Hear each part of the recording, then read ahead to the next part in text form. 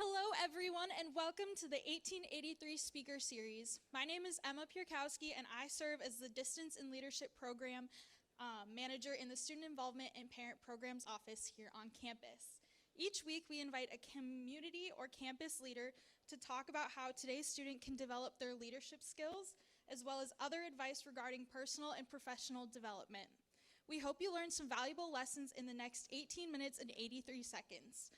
For today's speaker, please join me in welcoming a veteran professor of geography, Dr. Douglas Munski.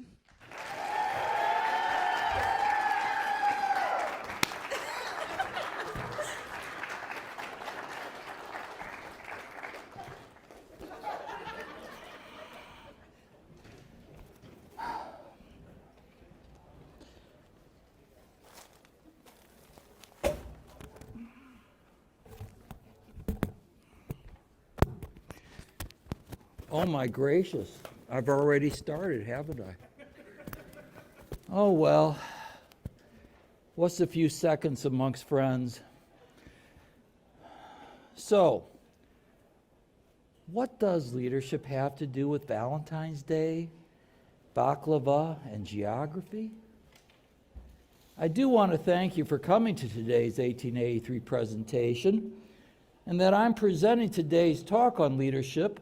It probably represents the results of conditions illustrated by two axioms that have long been part of my personal adages. The first is that, as my dearly departed maternal grandmother would say, it takes 65 years to learn how to live, and by then it's too late. I turned 70-year-old in fall 2024. The second saying is, fools rush in where angels fear to tread. Now, while aspirations to be an angel still lurk in this old professor's soul, foolishness is more an attribute of my demeanor than I often care to admit. Significant evidence for that is there. But I have been advised by my attorney to plead the fifth. So thus is with a little more trepidation than fear that I realize I have to make amends to those individuals who so kindly invited me to speak, as leadership is not my forte compared to previous and future speakers in this series. I also apologize in advance to members of the audience who are expecting some valuable wisdom to come from a professor who now is teaching the grandchildren of the undergraduates he taught in the late 1970s and early 1980s. Furthermore, I must now do due diligence with a cautionary note to the younger people in the audience. Please remember that I did not pay attention to a really great personal banker in the days of First National Bank, now Alaris. Therefore, I anticipate having to be teaching the great-grandchildren of the class of 1978. So let's start with Valentine's Day. You may recognize the individual in the corner curing the lepers. No, epileptics. That's a different saint. Okay, curing the epileptics. So I've given you a little preface. So let's start with Valentine's Day. Well, you know, because this particular Wednesday falls on the holiday of Valentine's Day, which is definitely different than a holy day in the liturgical sense. Well, what do?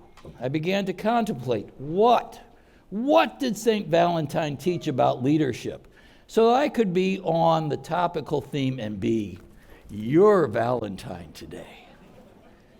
Indeed, if one makes the mistake of going down the rabbit hole of social media, including LinkedIn, there are numerous talks with numerous folks making allusions leading up to today and during today and probably after today as to what leadership skills can be learned from St. Valentine. However, something caused me to rethink this in light of various unproven attributions credited to St. Valentine. Ergo, Knowing just enough about St. Valentine to be dangerous, I look at my various tomes and monographs related to the geographical diffusion of Christianity across the centuries to see what verifiable words of this historical figure of a saint can teach us, myself included, for being leaders today. Well, you need to be aware that St. Valentine, as a historic figure, is maybe a composite of two legendary Christian martyrs, or maybe only one person with two narratives involving two locations, one of which here is in central Italy, as opposed to Rome, in the period of the 3rd century. If we give more credence to the person named Valentine that is reportedly buried under one of the basilicas constructed at the command of Pope Julius I on the Via Flaminia in Rome, rather than the Bishop of Terni, I go for Terni, well, we will find that it is his words, not his deeds, that help give guidance to leaders. This is best illustrated in a posting from a well-known member of the evangelical homeschool movement, Meredith Curtis, her big three. First, St. Valentine says to love people with a sacrificial love. Second, do the right thing no matter what.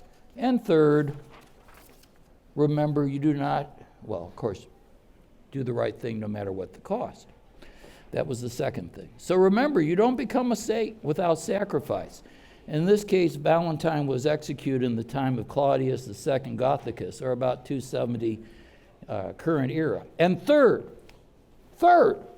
encourage others to love people and do the right thing. Now, all three of these principles are fairly well accepted in many, many circles, although the saint was removed from the general calendar in 1969, similar to what, well, you know, I read a lot of term papers, so yeah, there's a lack of sufficient, reliable, and authenticated documentation or information.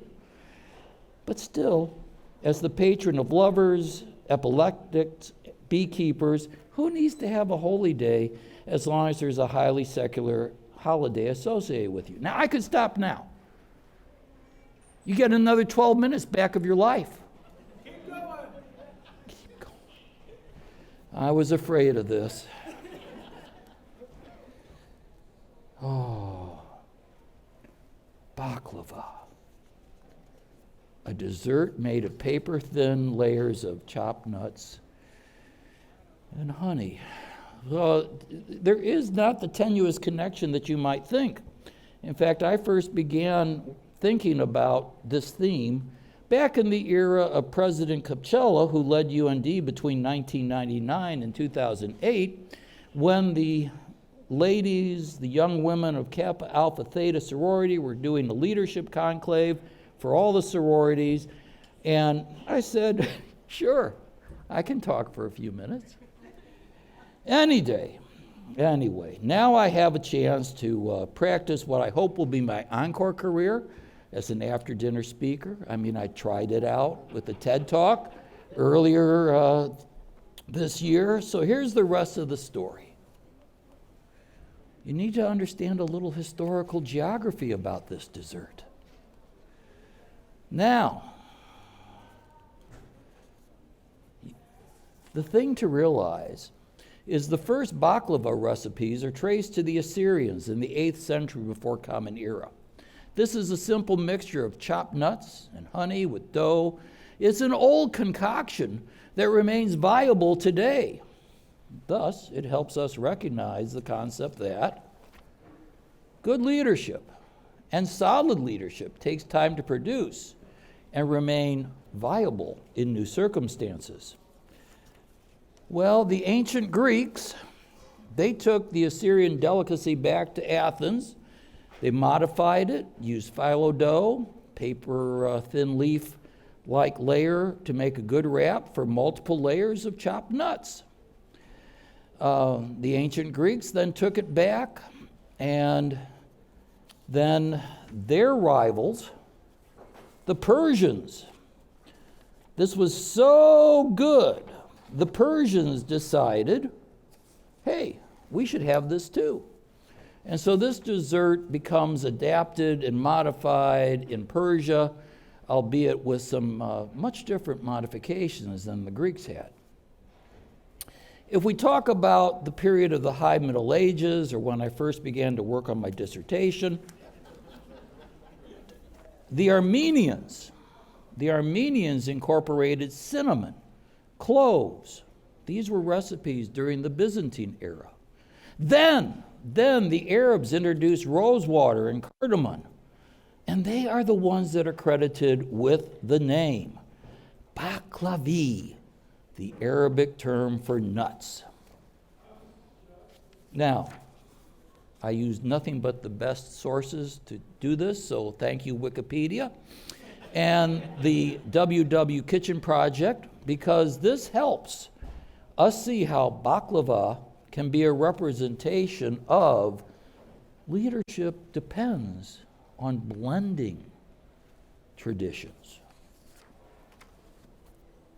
What about baklava in the period of the Ottoman Empire?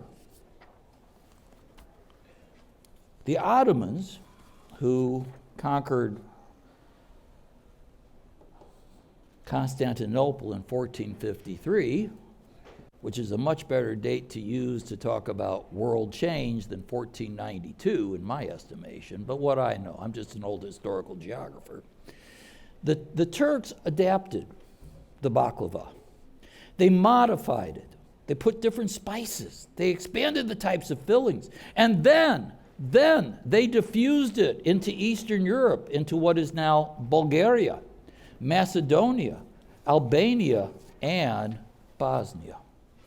Meanwhile, traveling to the east from the Levant, baklava wound up in Central Asia, Afghanistan, and India, thereby giving us insight how leadership, it is shared and it changes.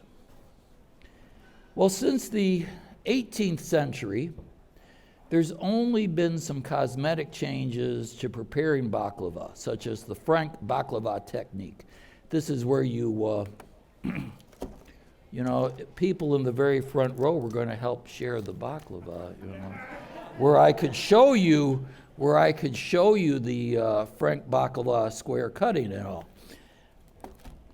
But this is also an example that sometimes even good leadership needs to be fine-tuned on occasion. Now, I want to take you to Turkey. And Turkey is one of those places which is well known for baklava. It has a very unique national approach. So if we consider the Turkish baklava, here's what it is. Turkish baklava has to be rolled so thin that when held up to the person standing behind can be seen as if it is through a net curtain. Now, this is symbolic of how leadership, if it's to be accepted and effective, is a delicate form of interaction that has to be transparent in its administration. What can we devote? Emma, what did you put in this water? Oh, that's good. This from a Temperance Methodist, no less. What can we deduce about leadership from the typical recipe for baklava? Well, first of all, it requires both attention to detail and to process, plus patience for achieving the best results.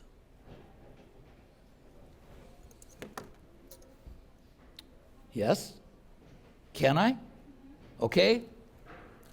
Good news, you're almost free of your suffering. First, big takeaway. How is leadership like baklava?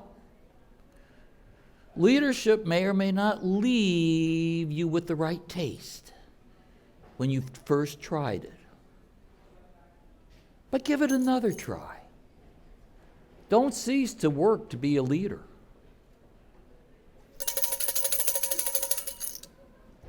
Second, how is leadership like baklava?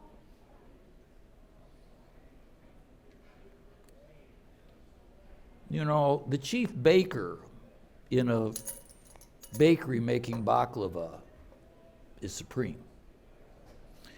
So not everyone agrees on a baker's authority or a leader's authority and will dispute it. But an organization must have a means to resolve conflict. That's if you want to be productive and maintain yourself as an effective organization.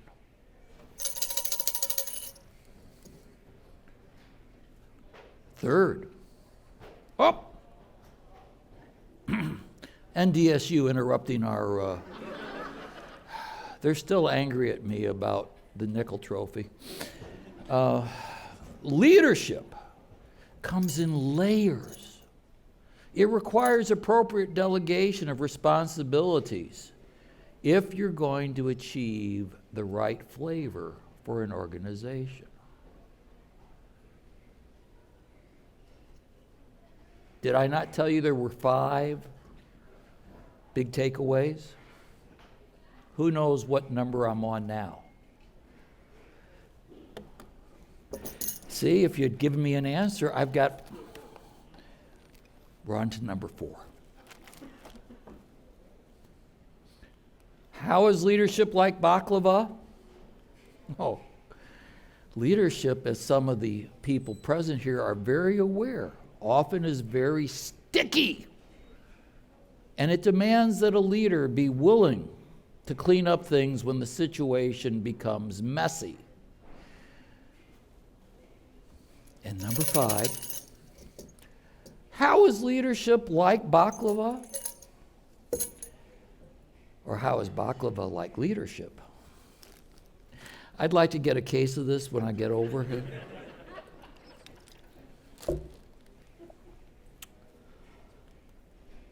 The right person engaged in the right leadership at the right time on the right project leads to sweet success. Now, some of you are aware that, I've been around for a while, only since January 2nd, 1978. And soon I'll be having, within about 2 years, Nancy has told me I may retire then. So I'm having to look for an encore career. And if you look carefully at this photograph, you will notice it is from Chicago. We're downtown in the Loop, and this is one of the most famous of all the vaudeville theaters. It's State and Lake. Folks, after seeing the halftime show at the Super Bowl, I'm sure I can bring vaudeville back. And by having you here helping me thinking about, well, how is leadership like baklava on Valentine's Day? Hopefully, and again, I fully, I gotta practice this one. This is gonna be good. Yeah, okay. About leadership? Yes. I've got to cogitate now that you've been my focus group. I got to go back and figure out, well, how do I redevelop this so to not be a flop in my next venue? Well, but based on my past, I have laid more than one egg.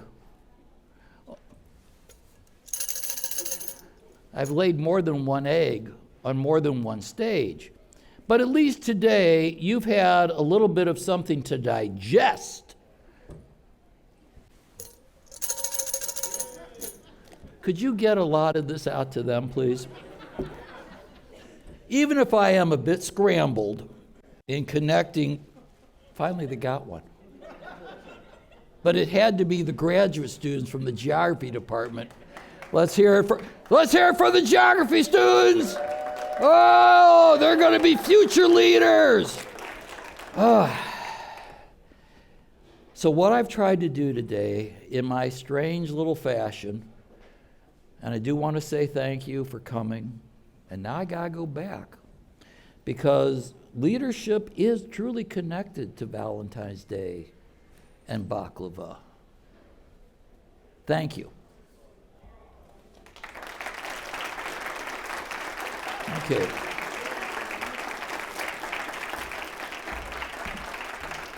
Okay. Now, stop the clock. 20:06. 18 minutes plus. Whoa! Who had the coupon in the pool that I would do that time? Oh, wait a minute. I guess I did. I get them then. Thank you, Emma. Thank you very, very much. So thank you to Dr. Munski for speaking today, and thank you all for attending this week's 1883 with us. Join us next week as we have current student body president Ella Nelson and the vice president. Stand up! Ferguson Come on! Speaking with us. Big shout out! After all, they truly are the smarties on this campus. So once again, thank you all for coming.